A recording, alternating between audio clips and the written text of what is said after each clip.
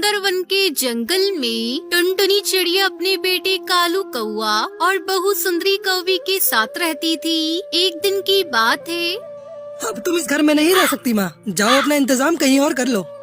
बेटा कालू, ये तो क्या कह रहा है? तुझे शर्म नहीं आ रही ये सब बोलकर? क्या मैंने तुम्हें यही सिखाया है?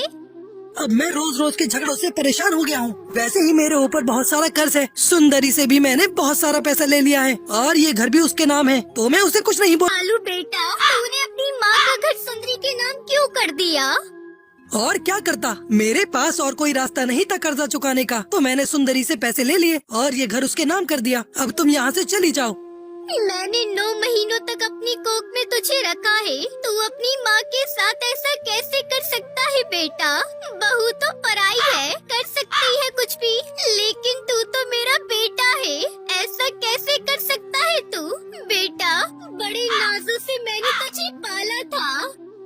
माँ जी, ससुर जी के जाने के बाद से हम दोनों भी तो आपको पाल रहे हैं। हिसाब बराबर हो गया, अब जाओ यहाँ से और हम दोनों को जीने दो। अरे बहू, रात का समय है, बाहर बहुत ठंड है, मैं मर जाऊंगी बहू, ऐसा अनर्थ मत करो इस लाचार पर। मुझे आज रात और यही रहने दो, मैं कल सुबह यहाँ से हमेशा के लिए चली जाऊंगी। नहीं, मैं आपको और बर्दाश्त नहीं कर सकती, अब चली जाओ यहाँ से। टुनटुनी चिड़िया अपने बेटे और बहू के सामने रोती गिड़गिड़ाती रही, पर उन दोनों पर उसका कोई असर नहीं हुआ। किसी तरह टुनटुनी चिड़िया ने हिम्मत जुटाई और एक पेड़ की डाल पर जाकर बैठ गई। ठंड काफी थी, टुनटुनी चिड़िया से ठंड बर्दाश्त नहीं हो रही थी। हे ऊपर वाले, ठंड बहुत ज्यादा है, मैं बर्दाश्त नहीं कर पा रही हूँ, मुझे तो उठा ले भगवान, बुला ले अपने पास। अब मैं किसके लिए जीऊंगी? मेरे पति तो सालों पहले मर गए और मेरे बेटे बहू ने मुझे घर से बाहर निकाल दिया।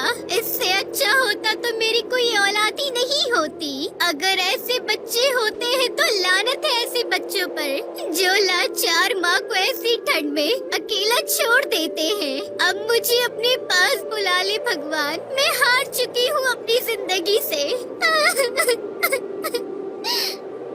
ठंड की वजह से टुनटुनी चिड़िया को बुखार आ जाता है। वो बेहोश हो गई और वहीं पर गिर पड़ी। अगली सुबह सुनहरी नाम की एक चिड़िया ने उसे आकर उठाया। आंटी उठो आंटी, यहाँ ऐसे क्यों पड़ी हो? आंटी, आपका कोई घर नहीं है, आपका नाम क्या है? मेरा नाम टुनटुनी चिड़िया है बेटा। मेरे बेटे बहू ने मुझे रात को ही ठंड में घर से बाहर निकाल दिया। ओह, अरे आपको तो बुखार है। आंटी, यहीं पास में मेरा घोंसला है, आप चलो मेरे घोंसले में। टुनटुनी सुनहरी के साथ उसके घोंसले में चली जाती है। आंटी, आप यहाँ पर सो जाओ, मैं अभी आपके लिए डॉक्टर बुलबुल से दवा लेकर आती हूँ, आपका बुखार ठीक हो जाएगा। सुनहरी चिड़िया डॉक्टर बुलबुल के पास से दवा लाकर टुनटुनी चिड़िया को देती है। दादी, ये दवा पी लो, आपका बुखार ठीक हो जाएगा। ऐसे ही 2 दिन बीत गए। टुनटुनी चिड़िया का बुखार पूरी तरह से उतर गया। तभी टुनटुनी चिड़िया सुनहरी चिड़िया से कहती है, तुम कौन हो? क्या नाम है तुम्हारा? तुम्हारे मम्मी पापा कहाँ हैं?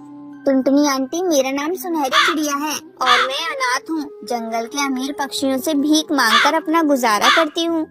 सुनहरी बिटिया, आज से तू अनाथ नहीं, तो मुझे अपनी मौसी कहकर बुला सकती है। और आज से तू भीख नहीं मांगना। जब भगवान ने हमें पूरा सही सलामत पैदा किया है तो हम दूसरों से भीख क्यों मांगे? मुझे पेड़ के पत्तों से जूते बनाने आते हैं, मैं तुझे जूते बनाकर दिया करूँगी और तू बाजार में उसे बेच देना। ये तो बहुत अच्छी बात है टुनटुनी मौसी, मैं अभी आपके लिए पेड़ से पत्ते लेकर आती हूँ, आप उसके जूते बना देना। वैसे भी ठंड का मौसम चल रहा है, हमारे पत्तों के जूते खूब बिक जाएंगे। उसके बाद सुनहरी चिड़िया पेड़ से पत्ते तोड़कर लाती है और टुनटुनी चिड़िया को दे देती है। टुनटुनी चिड़िया एक ही रात में पत्तों से जूते बना देती है और अगली सुबह सुनहरी चिड़िया उसे बेचने चली जाती है। जूते ले लो जूते, हरे हरे जूते ले लो, ठंड से बचने वाले जूते ले लो। सुनहरी की आवाज से जंगल के पक्षी उससे जूते खरीद लेते हैं और टुनटुनी चिड़िया के बनाए जूते एक ही दिन में बिक जाते हैं। टुनटुनी मौसी देखो, ठंड में कितनी जल्दी सारे जूते बिक गए, ये सब आपकी मेहनत का फल है।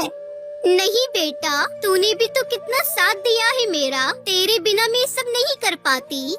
टुनटुनी मौसी, हमें आपका घर भी तो वापस लेना है, आपके बेटे और बहू से। टुनटुनी चिड़िया ने पुलिस को बुलाया और पुलिस के साथ वो अपने घर पहुंच गई। पुलिस को देखकर सुंदरी और कालू नाटक करने लग जाते हैं। वो टुनटुनी चिड़िया से कहते हैं, अरे आप कहाँ चली गई थी? मैंने आपको बहुत ढूंढा पर आप कहीं नहीं मिली। तभी सुनहरी चिड़िया कहती है, कालू अंकल, आपकी माँ ने सारी बातें मुझे बता दी हैं। किस तरह आप दोनों ने मिलकर इन्हें इनके ही घर से बाहर निकाल दिया था। अब निकलने की बारी आपकी है। आप दोनों जल्दी से इस घर से बाहर चले जाइए, वरना मैं आप दोनों को पुलिस के हवाले कर दूंगी।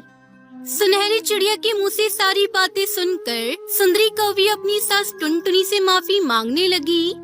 माँ जी, हमें माफ कर दीजिए, हमसे बहुत बड़ी गलती हो गई। आगे से मैं आपके साथ ऐसा कुछ भी नहीं करूँगी, आपकी सेवा करूँगी, आप जो कहेंगी वही करूँगी। हमें घर से मत निकालिए माँ जी। सुनहरी, इससे अक्ल आ गई है, हम इसे पुलिस के हवाले नहीं करते हैं। लेकिन सुंदरी, तुम्हें मैंने माफ भी नहीं किया है, अब तुम मेरे घर से निकल जाओ। पुलिस के डर से सुंदरी और कालू घर से निकल जाते हैं और टुनटुनी चिड़िया सुनहरी चिड़िया के साथ खुशी खुशी रहने लगती है और पत्तों के जूते बनाने का काम शुरू कर देती है।